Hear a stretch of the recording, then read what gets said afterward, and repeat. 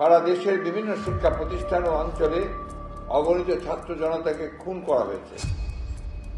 আজ দেশের সকল সচেতন দেশপ্রেমিক মানুষ খুনি দানবিক সরকারের বিরুদ্ধে ঐক্যবদ্ধ। তার দাম্ভিক শাসকদের নির্মমতা ও অপশাসন থেকে মুক্তি চায়। যে সরকারের হাতে আমাদের সন্তানেরা নির্মমভাবে খুন হয়েছে, সেই খুনি সরকারের কাছে খুনির তদন্ত কিংবা বিচার নয়, জনগণ খুনি সরকারের বিদায় চায়। আমরা ছাত্র ছাত্রীদের ন্যায্য দাবির প্রতি সমর্থন জানিয়ে আলোচনার মাধ্যমে সমস্যার সমাধান দাবি করেছিলাম, কিন্তু অসংখ্য শহীদের রক্তে সেই সমঝোতার পথ সরকার নিজেই রুদ্ধ করে দিয়েছে। ক্ষমতার অপপ্রয়োগকারী শাসক গোষ্ঠীর সামনে এখন ব্যর্থতা ও খুনের দায়ে পদত্যাগের কোনো বিকল্প নেই। কোটা সংস্কার আন্দোলনে ভর করে সংঘটিত নাশকতার অভিযোগে গ্রেফতার করা হয় বিএনপির কেন্দ্রীয় সহ বিভিন্ন সারির নেতাদের। দলের 2 স্থায়ী কমিটির সদস্য নজরুল ইসলাম খান ও আমির খসরু মাহমুদ চৌধুরীকেও গ্রেফতার করে পাঠানো হয় কারাগারে। এই 2 নেতার পরিবারের সঙ্গে দেখা করতে শনিবার সকালে তাদের বাসায় যান বিএনপি মহাসচিব। কথা বলেন সাংবাদিকদের সঙ্গে। দাবি করেন নেতাদের সঙ্গে দেখা করতে পারছেন না পরিবারের কেউ। দলীয় কর্মীদের নির্যাতন না করতেও আহ্বান জানান তিনি। রাজনৈতিক বন্দী যাদেরকে এক মাসের মধ্যে যাদেরকে গ্রেফতার করেছে, তাদের যে একটা অমানবিক একটা জীবন যাপন করছেন, তারা মানবেতর জীবন বলা যায়। তাদের সঙ্গে পরিবারের কোনো যোগাযোগ নেই, তারা কোনো কিছু পাঠাতে পারছেন না বা তারা কোনো যোগাযোগই করতে পারছেন না। টোটালি আপনার আইসোলেটেড বলা যায় আর কি। এবং এটা কখনোই গ্রহণযোগ্য না, এটা জেল কোর্টের বাইরেও বটে। এবং তার যে অসুস্থ মানুষ, বয়স্ক মানুষ, খান ভাই খসরু ভাই দুজনেরই বড় বড় অসুখ আছে, তাদের ওষুধগুলো তারা ঠিকমতো পাঠাতে পারছে না। জেল কর্তৃপক্ষকে বলতে চাই যে এই অমানবিক কাজগুলো এই মুহূর্তে করবেন না। আপনারা আগে অতীতে অনেক করেছেন, এখন দয়া করে এই অমানবিক কাজগুলো আপনারা করবেন না। বর্তমান পরিস্থিতি নিয়ে বিএনপি মহাসচিব অভিযোগ করেন, ছাত্র জনতাকে নির্যাতন পাকিস্তানি হানাদার বাহিনীর বর্বরতাকেও হার মানিয়েছে। গণজাগরণ শুরু হয়ে গেছে।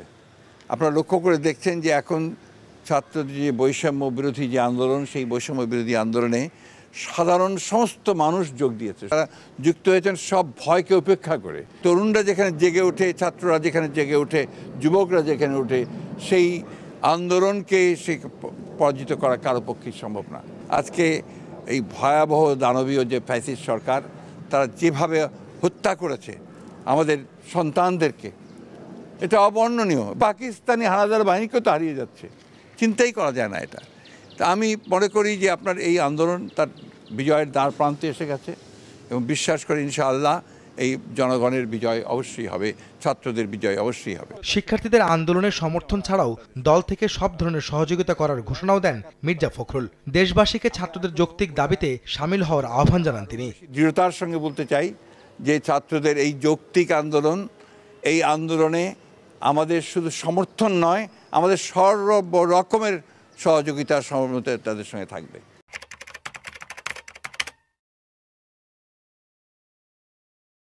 শিক্ষার্থীদের যৌক্তিক, ন্যায়সঙ্গত এবং শান্তিপূর্ণ আন্দোলনে সমর্থন জানিয়ে সরকার পতন নিশ্চিত করার আহ্বান জানিয়েছেন বিএনপি মহাসচিব। বৈষম্য বিরোধী ছাত্র আন্দোলনের ডাকা সরকার পতনের 1 দফা আন্দোলনের প্রতি সমর্থন জানিয়ে সরকারকে ক্ষমতা ছেড়ে দেওয়ার আহ্বান জানিয়েছেন বিএনপি মহাসচিব মির্জা ফখরুল ইসলাম আলমগীর। দেশের সার্বিক পরিস্থিতি নিয়ে দলের অবস্থান জানাতে বিএনপির স্থায়ী কমিটির 2 সদস্য মির্জা আব্বাস ও সেলিমা রহমানকে নিয়ে সংবাদ সম্মেলনে আসেন তিনি। দল মত নির্বিশেষে দেশের প্রতিটি রাজনৈতিক দল, সংগঠন, ব্যক্তি, পেশাজীবী, শ্রমিক, কৃষক সহ আপামর জনসাধারণকে ছাত্র জনতার আন্দোলনে সামিল হওয়ার আহ্বানও জানিয়েছেন তিনি। রবিবার গুলশানে বিএনপি চেয়ারপারসনের কার্যালয়ে এক জরুরি সংবাদ সম্মেলনে বিএনপি মহাসচিব এই আহ্বান জানান। সরকার পরিকল্পিতভাবে দেশকে ধ্বংস করে ফেলছে অভিযোগ করে বিএনপি মহাসচিব বলেন, রুখে দাঁড়ানোর এখনই সময় এবং এখনই সবাইকে এক হয়ে রুখে দাঁড়াতে হবে। সরকারের পদত্যাগে বিলম্ব হলে তাতে রাষ্ট্রের ক্ষতি হবে বলেও মন্তব্য করেন মির্জা ফখরুল। দেশ জুড়ে আওয়ামী লীগ সন্ত্রাস চালিয়ে আতঙ্ক সৃষ্টি করার অপচেষ্টা চালিয়ে যাচ্ছে অভিযোগ করে বিএনপি মহাসচিব বলেন, এসব করে তারা সরকারের পতন ঠেকাতে পারবে না। এই চিত্র জাতীয় প্রেস ক্লাব এলাকার পেশাজীবীদের সঙ্গে পুলিশের ধাওয়া পাল্টা ধাওয়া। বিএনপি মনা সম্মিলিত পেশাজীবী পরিষদের সমাবেশ ছিল প্রেস ক্লাবের সামনে। সমাবেশের এক পর্যায়ে হাইকোর্টের দিক থেকে পুলিশের সাউন্ড গ্রেনেড, টিয়ার শেল ও ফাঁকা গুলি। সচিবালয়ের দিকে অবস্থান আওয়ামী লীগের অঙ্গ সংগঠনের নেতাকর্মীদের। ত্রিমুখী সংঘর্ষে প্রায় 2 ঘন্টা উত্তপ্ত ছিল প্রেস ক্লাব, সেগুনবাগিচা এলাকা। এদিকে সকালে গুলশানে বিএনপি চেয়ারপারসনের কার্যালয়ে সংবাদ সম্মেলনে কথা বলেন মহাসচিব মির্জা ফখরুল ইসলাম আলমগীর। বলেন, জনগণের বিরুদ্ধে যুদ্ধ ঘোষণা করেছে সরকার। তত বেশি ক্ষতি হবে দেশের, জাতির, তত বেশি ক্ষতি হবে আওয়ামী লীগেরও রাজনৈতিক দল হিসেবে। আওয়ামী লীগ আজকে যে ভূমিকা অবতীর্ণ হয়েছে, এটা কি আওয়ামী লীগ? আমরা যে আওয়ামী লীগকে অতীতে চিনতাম সেই আওয়ামী লীগ তো এটা নয়। এখন এটা পাকিস্তানি হানাদার বাহিনীকেও ছাড়িয়ে গেছে। খুনি শাসক গোষ্ঠীর পতনের লক্ষ্যে সকল রাজনৈতিক দল, সংগঠন, ব্যক্তি, পেশাজীবী, শ্রমিক, কৃষক সহ আপামর জনসাধারণকে ঐক্যবদ্ধ হয়ে আন্দোলনে ঝাঁপিয়ে পড়ে এই অবৈধ খুনি হাসিনা সরকারের পতন নিশ্চিত করার আহ্বান জানাচ্ছি। আইন শৃঙ্খলা রক্ষাকারিণী সকলের কাছে আমাদের আবেদন, জনগণের রক্তে, ছাত্রদের রক্তে আর যেন আমাদের রাস্তা যেন আপনার রঞ্জিত না হয়।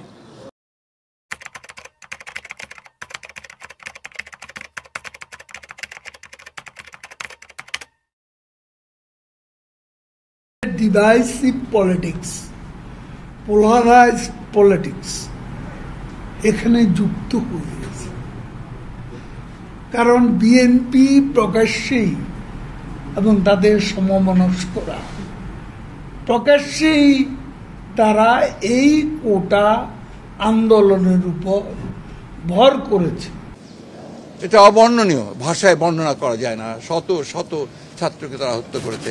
আবারও যখন আমরা দেখতে পাই যে তাদেরকে গণকবর দেওয়া হয়েছে, আমি যেটা দেখলাম পত্রিকায় যে প্রায় 59 জনকে গণকবর, পাকিস্তানি হানাদার বাহিনীকেও তো হারিয়ে যাচ্ছে। চিন্তাই করা যায় না এটা। আমি মনে করি যে আপনার এই আন্দোলন তার বিজয়ের দ্বার প্রান্তে এসে গেছে এবং বিশ্বাস করি ইনশাআল্লাহ এই জনগণের বিজয় অবশ্যই হবে।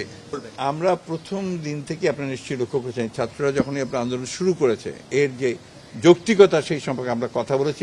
আমরা তাদের সঙ্গে সহযোগিতা শুধু নয়, তারা একাত্মতা ঘোষণা করেছি। আমরা এখনো ওটা শুধু নয়, এটাকে আমরা আরও বেশি দৃঢ়তার সঙ্গে বলতে চাই যে ছাত্রদের এই যৌক্তিক আন্দোলন, এই আন্দোলনে আমাদের শুধু সমর্থন নয়, আমাদের সর্ব রকমের সহযোগিতা সহমত তাদের সঙ্গে থাকবে। বাইতুল মোকাররম মসজিদে চলমান কোটা বিরোধী আন্দোলনে সারা দেশে নিহতদের জন্য বিএনপির গায়েবানা জানাজার কর্মসূচি ছিল পূর্ব ঘোষিত। দুপুরের আগ থেকেই বাইতুল মোকাররম মসজিদের সামনে জড়ো হতে থাকেন নেতাকর্মীরা। এ সময় মসজিদের ভেতরে পরিচিত নেতাকর্মী ছাড়া অন্যদের প্রবেশে বাধা দেয় পুলিশ। পরে নেতাকর্মীদের নিয়ে জানাজা আদায় শেষে সাংবাদিকদের সাথে কথা বলেন বিএনপি মহাসচিব মির্জা ফখরুল ইসলাম আলমগীর। শাসক গোষ্ঠী এইভাবে তারা আন্দোলন দমন করার চেষ্টা করেছে, কিন্তু সেই দমন করতে পারেনি। ঠিক একইভাবে আজকে তারা যেভাবে চেষ্টা করেছে সেটার সঙ্গে আমরা কোনো মতেই একমত নই। জানাজা শেষে বিএনপি নেতাকর্মীরা মসজিদ থেকে বেরিয়ে এলে সেখানে পুলিশের সাথে ধাওয়া পাল্টা ধাওয়ার ঘটনা ঘটে। বিএনপি নেতাকর্মীরা পুলিশের উদ্দেশ্যে ইট পাটকেল ছুড়লে পুলিশও পাল্টা টিয়ার শেল নিক্ষেপ করে। বেলা 2টার পর শান্ত হয় বাইতুল মোকাররম এলাকার পরিস্থিতি। নাশকতার সাথে যুক্ত এই ধরনের আমাদের বেশ কিছু গ্রেপ্তার আছে। আমাদের 2 জন পুলিশ সদস্য আহত হয়েছে এবং আমরা তাদেরও চিকিৎসার জন্য পাঠিয়েছি। এদিকে গতরাতে নয়াপল্টনে কয়েক দফা ককটেল বিস্ফোরণের পর ঢাকা মহানগর পুলিশের অতিরিক্ত কমিশনার হারুনুর রশিদের নেতৃত্বে গোয়েন্দা পুলিশের একটি দল বিএনপির কার্যালয়ে তল্লাশি চালায়। ছাত্রদলের সাবেক সভাপতি কাজী রনকুল ইসলাম শ্রাবণ সহ 7 জনকে আটক করে পুলিশ। এরপর বিএনপির কেন্দ্রীয় কার্যালয়কে ক্রাইম সিন ঘোষণা করা হয়েছে। সেখানে কাউকে প্রবেশ করতে দেওয়া হচ্ছে না।